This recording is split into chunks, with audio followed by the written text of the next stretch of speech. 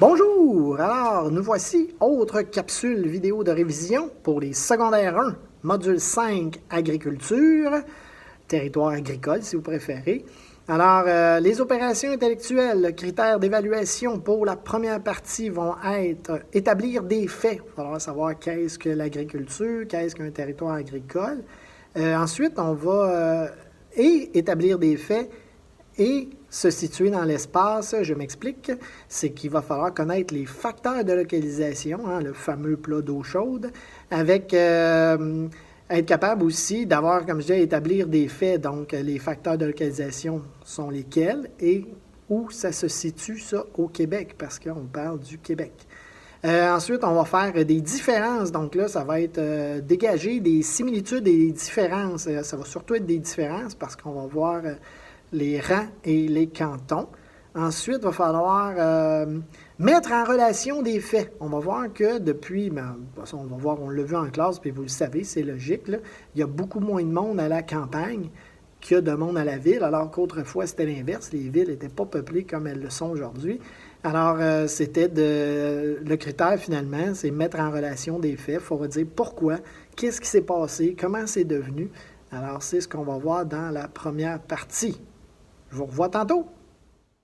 Alors, c'est un départ. Comme à chaque fois, on a la définition du module. Module 1, on avait qu'est-ce qu'un territoire. Module 2, qu'est-ce qu'un territoire protégé, parc naturel.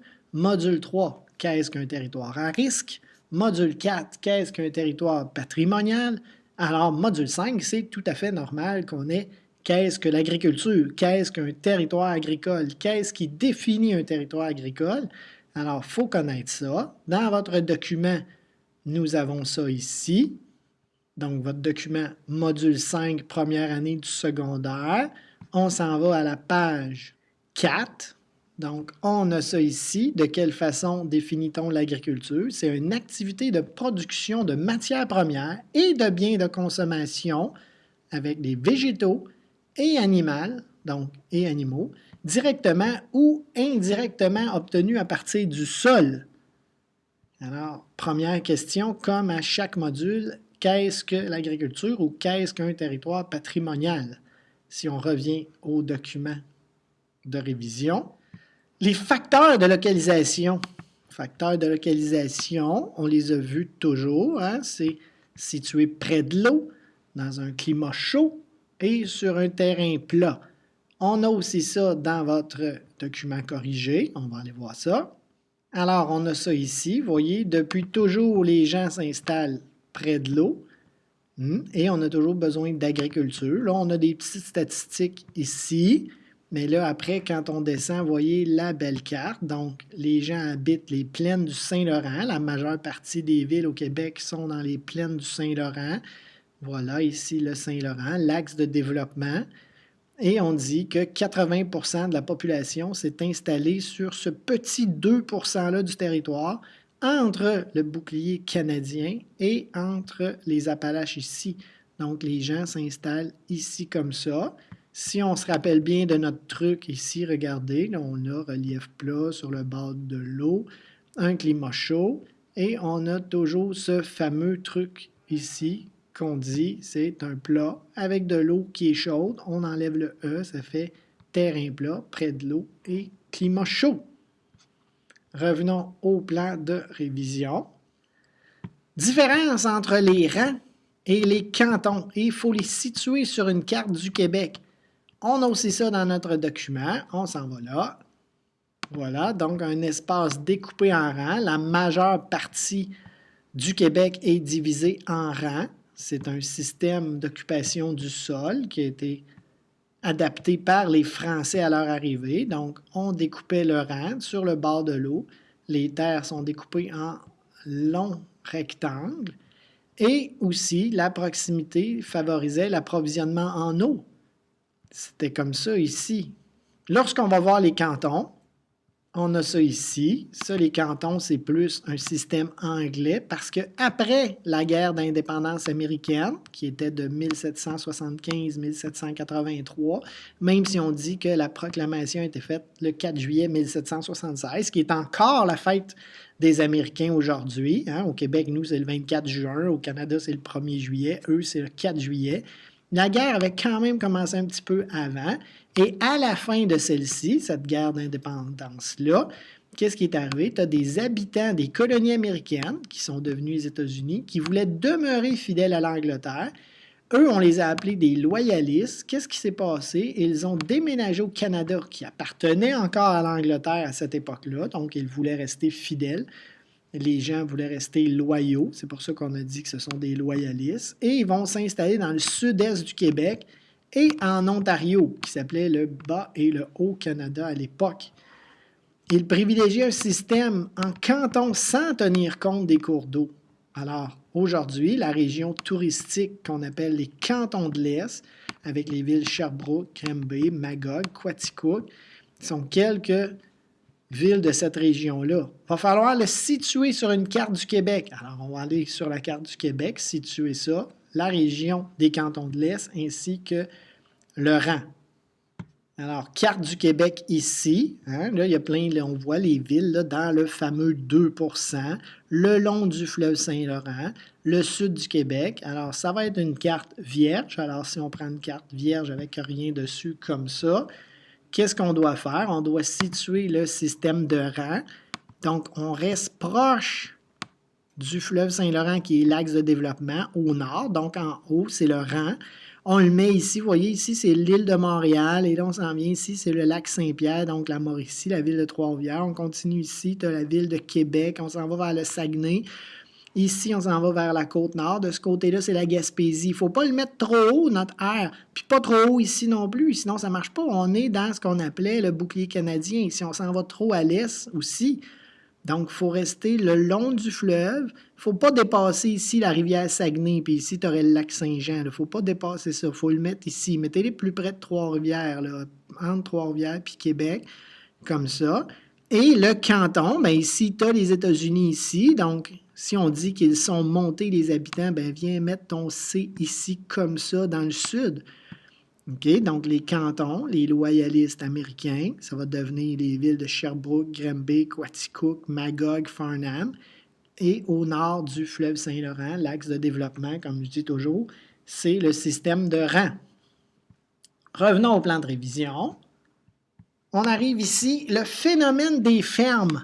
Okay? Le nombre de fermes par rapport à leur grosseur. On le dit souvent. C'est quoi le problème? C'est que maintenant, il y a moins de fermes, mais elles sont plus grosses. Parce qu'il faut nourrir tous ces gens-là qui sont à la ville. Avant, les fermes à la campagne, ben, c'était de l'autosuffisance pour nourrir la famille et les proches. Le surplus était envoyé à la ville. Maintenant, c'est complètement l'inverse. Il faut envoyer beaucoup de produits agricoles à la ville pour nourrir tous ces gens-là. Donc, on envoie ça dans les usines de fabrication et de transformation, ensuite dans les supermarchés et les habitants des villes. Donc, le milieu urbain, les gens vont acheter les provisions dans les épiceries de ville. Alors, on a ça beaucoup dans notre document. Je vais aller vous montrer quelques exemples. On en a parlé vraiment beaucoup. Ça ne sera pas long. Vous voyez, tout de suite au début, on dit avant 1960, 9 habitants sur 10 vivaient à la campagne. On en a parlé. Depuis 1960 et jusqu'à aujourd'hui encore, ça a changé. 8 habitants sur 10 vivent à la ville, donc seulement 2 à la campagne. On a ça ici. Il y a d'autres places. Je vous amène, ça ne sera pas long. Vous voyez, on a ça ici. Donc, on a concentration des exploitations versus l'augmentation des villes. Avant, de 1650 à 1900, tout le monde était agriculteur. De 1900 à 1960, vous voyez, hop, les villes ont fait leur apparition au Québec. Et vous voyez, de 1960 à aujourd'hui, les villes ont pris énormément d'ampleur. Moins de terres agricoles. Par contre, ici, les fermes vont être plus grosses pour nourrir tous ces gens-là. C'est ce qu'on appelle l'empiètement urbain ou l'étalement urbain. Alors, moins de fermes, mais plus grosses pour nourrir tous ces gens-là. On a une autre place dans le document où il en parle, ce ne sera pas long, je m'en viens. Vous voyez ici, évolution du nombre de fermes porcines. Là, dans ce cas-ci, c'est juste les porcs, mais c'est comme ça pour toutes les fermes. Alors, vous voyez, avant, nombre de porcs en moyenne par ferme. Alors, vous voyez, avant, il n'y avait pas beaucoup de porcs, mais beaucoup, beaucoup de fermes. Et avec le temps, vous voyez comment c'est arrivé comme ça, qu'est-ce qui s'est passé? On a de plus en plus de porcs, mais moins de fermes. Donc, plus de porcs, ça prend des fermes plus grosses. Donc, fermes plus grosses, plus de porcs. C'est le phénomène, encore là, d'augmentation. Nombre de fermes moins nombreuses, ou moins nombreux, c'est le nombre, mais plus d'animaux par ferme. Je suis revenu. La deuxième partie est un petit peu plus facile. Vous allez voir, c'est plus établir des faits. Donc, il faut dire comment protéger les territoires agricoles. Là aussi, on va parler les avantages et les désavantages. Donc, ici, c'est un petit peu aussi être capable, encore une fois, de faire des différences et des similitudes, donc avec l'agriculture biologique. Donc, établir des faits aussi. C'est quoi ça, l'agriculture biologique? On va parler de la densité de population, les grosses villes par rapport aux petites villes. Donc, qu'est-ce que ça a fait aussi sur les campagnes? L'empiètement urbain, donc les villes qui prennent de l'espace et les campagnes sont moins importantes. Il va y avoir aussi des comparaisons entre l'agriculture intensive et l'agriculture durable qu'on va voir. Protéger les territoires agricoles, on va avoir des questions là-dessus. Donc, il y a beaucoup de vent. Beaucoup d'engrais. Alors, qu'est-ce qu'on fait? On a ça dans notre document. Alors, ici, comment protéger les terres agricoles contre l'érosion? Bien, qu'est-ce qu'on va faire? On va mettre ce qu'on appelle des bandes riveraines. Les bandes riveraines vont faire en sorte que sur le bord des cours d'eau, qu'est-ce qui va arriver? Eux, les arbres, vont se nourrir de ces fertilisants-là. Ils vont se nourrir des insecticides, ils vont se nourrir des pesticides et ça ne viendra pas polluer les cours d'eau. À certains endroits sur les autoroutes, on voit une bande riveraine, vraiment, une bande, pas riveraine, mais on appelle ça des coupe-vents. Ce sont des arbres, des fois, qui vont protéger aussi du vent parce que ce n'est pas juste l'eau qui fait de l'érosion. Des fois aussi, c'est le vent qui va nuire aux productions agricoles. Donc, c'est vraiment de planter des arbres, la solution pour protéger soit les cours d'eau ou les champs de l'érosion. Alors, on parle ici maintenant des avantages et des désavantages de l'agriculture biologique. C'est quoi ça, l'agriculture biologique? Ce qu'on appelle les produits bio. On entend ça des fois dans les publicités ou lorsqu'on va dans les épiceries, on voit de l'affichage de produits bio. Voilà, regardez ici, agriculture biologique. Si on entend beaucoup des produits bio, comme je disais, que signifie le mot biologique? Ça a été développé en Europe dans les années 1930. Mais le but, c'est que l'agriculteur va travailler avec des moyens naturels, donc la nourriture pour les animaux, contrôler les insectes, il va utiliser des engrais organiques, donc du fumier de vache ou du lisier de porc, hein, c'est comme ça qu'on appelle ça. Donc, le but, c'est de maintenir un équilibre entre le nombre d'animaux et la surface cultivée. Nous, quand on va à l'épicerie, on voit les produits qui vont avoir été cultivés sans hormones ajoutées, donc sans OGM, c'est ce qu'on appelle, là, organismes génétiquement modifiés. Alors, c'est tout ça, l'agriculture biologique. Justement, on parle d'agriculture biologique, donc l'utilisation d'engrais et le déboisement des forêts. Hein, ça ressemble aux deux derniers points qu'on vient de voir. Il y a toujours une suite, là. Si on utilise trop d'engrais chimiques, bien forcément, ça va polluer les cours d'eau. Surtout, donc quand il va pleuvoir, il va y avoir un ruissellement qui va amener les engrais des champs vers les cours d'eau, donc ça va polluer. Fait qu'il ne faut pas juste écrire pollution, il faut vraiment spécifier que c'est la pollution des cours d'eau.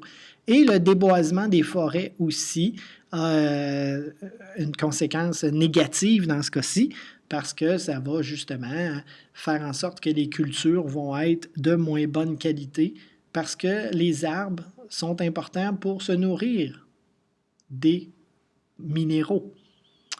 Allons-y maintenant avec la densité de population. Ça, on en a parlé. Ça, vous allez avoir deux cartes. Et sur la carte, ça va être ça. Ça va parler des grandes villes et des petites villes. Alors, densité de population, je vous amène dans votre document, ça ne sera pas long. On est là. Alors, à la page 4, la question 7, densité de population, ça a l'air facile comme ça. C'est la densité, c'est le nombre de personnes par kilomètre carré. Alors, forcément, on voit que Montréal, si on prend 1 km par 1 km par 1 km par 1 km, fait un carré, donc kilomètre carré, bien, on voit qu'il y a beaucoup plus d'habitants que, exemple, la ville de Nicolet. Si on prend Montréal comparé avec New York, c'est l'exemple que je donnais en classe, bien, c'est sûr que Montréal a une plus petite densité de population que New York. Par contre, si on prend Montréal avec Nicolet, Montréal a une plus grosse densité parce que le même kilomètre carré fait en sorte qu'on voit qu'il y a beaucoup, beaucoup moins de monde ici. Alors, c'est comme ça. Si on prend Trois-Rivières avec Montréal, c'est plus petit, mais si on prend Trois-Rivières avec Nicolet, c'est plus gros. Si on prend Trois-Rivières avec New York, Trois-Rivières est beaucoup plus petit. Si on prend Nicolet avec New York, Nicolet est beaucoup, beaucoup plus petit. Alors, c'est ça ici, la définition. Et sur les cartes, vous allez avoir des villes et il va falloir trouver lesquelles villes ont des densités de population plus grandes que les autres. De retour, alors ici, nous avons différence entre agriculture intensive et l'agriculture durable. Donc, intensive, ça le dit, c'est très, très intense. On va y aller avec la grosse machinerie, on va y aller vraiment avec beaucoup d'engrais. On va se spécialiser dans une culture seulement ou deux maximum. Alors que l'agriculture durable, ben, c'est un petit peu comme l'agriculture biologique qu'on a vu tantôt. On va y aller en respect de la nature, respect des animaux. On va mettre des engrais organiques, pas d'engrais chimiques. Alors, ça ressemble un petit peu à ce qu'on parlait au numéro 7 ici. Donc, ici, ça va être un tableau. Et dans le tableau, vous allez avoir des exemples de culture ou d'élevage. Il va falloir dire est-ce que c'est intensif ou durable. L'autre est facile ici, nommer des métiers reliés à l'agriculture. Souvent, les élèves viennent me voir et disent « Je ne sais pas c'est quoi, je ne sais pas c'est quoi. » Ben oui, mais c'est pas juste ici, là. Je ne veux pas avoir éleveur de cochons et éleveur de vaches. Oui, c'est des agriculteurs, mais on veut des métiers. Bon, vous allez dire, éleveur de vaches et éleveur de cochons, c'est des métiers, effectivement. Mais il faut pousser un petit peu plus loin la réflexion. Donc, vous pouvez y aller avec producteur de lait. Après ça, producteur de fromage. Vous pouvez y aller avec un boucher qui travaille. Des fois, on voit ça dans les épiceries, à travers les vitrines. On voit les bouchers qui sont derrière puis qui sont déjà en train de préparer la viande. Ça peut être aussi, quand on parle d'agriculture, de fruits et de légumes, ça peut être les fermes où il y a des exploitations de fraises, de framboises l'été. Ça peut être des kiosques qu'on a à côté, des fois on a ça à côté des dépanneurs ou à la sortie des épiceries. Des fois, c'est des kiosques où ils vendent des fruits et des légumes frais quand ça arrive le temps des fraises, quand ça arrive le temps du maïs, le blé d'Inde, si vous aimez mieux. Alors, c'est vraiment des métiers comme ça qu'il faut dire. Soyez un petit peu plus poussés plutôt que juste dire fermier de vaches et fermier de cochons. C'est plus relevé dans votre réflexion, quoique, comme je disais, le fermier qui a des vaches ou l'éleveur de porcs ou l'éleveur de volailles, c'est aussi des métiers. Pour terminer, on va voir d'autres territoires dans le monde, donc la Californie qui envoie beaucoup de produits, surtout les fruits et légumes l'hiver. Et on va aussi parler du Japon, un autre endroit dans le monde avec un pays très nombreux qu'il faut être capable de voir comment ça marche, eux autres, leur agriculture par rapport au milieu urbain, donc les villes. Et n'oubliez pas, à la fin, il faut toujours étudier les modules. Là, on est rendu au module 5, donc il faut revenir avec des questions de révision du module 4, 3, 2 et 1. Alors, c'est ce qui termine... je vais revenir vous dire bye-bye après, là, mais c'est un peu ce qui termine notre capsule... Notre capsule de révision. Ensuite, on a vu qu'on avait en Californie et au Japon, donc... La Californie, c'était parce qu'eux nous amenaient beaucoup, beaucoup de produits, surtout dans les fruits et légumes l'hiver. On a parlé de ça. Et le Japon, ben, c'était ailleurs dans le monde, un pays très, très, très peuplé. Alors, il n'y a pas beaucoup de questions là-dessus, mais la principale question, c'est vraiment d'être capable de le situer sur une carte du monde. Alors, allons-y, comme ça, carte du monde. Donc, ici, nous avons le Québec. Donc, ici, c'est la frontière entre le Canada et les États-Unis. Ici, c'est la Floride là, qu'on connaît. On a aussi des produits qui viennent de là. Mais la Californie est ici comme ça. Vous avez le Mexique qui est là. La Californie, c'est juste en haut ici, dans l'ouest. Et le Japon, alors là, on s'en va complètement en Asie. Alors le Japon, ça va être ici comme ça. Le Japon qui est là. Il faut être capable de situer ça. Alors voilà, c'est la fin déjà. C'était quand même une capsule assez chargée, mais vous allez voir, l'examen, c'est quand même pas si difficile. Si vous étudiez votre document en suivant la capsule, je vous ai montré les pages où c'était, vous devriez être excellent comme à chaque fois.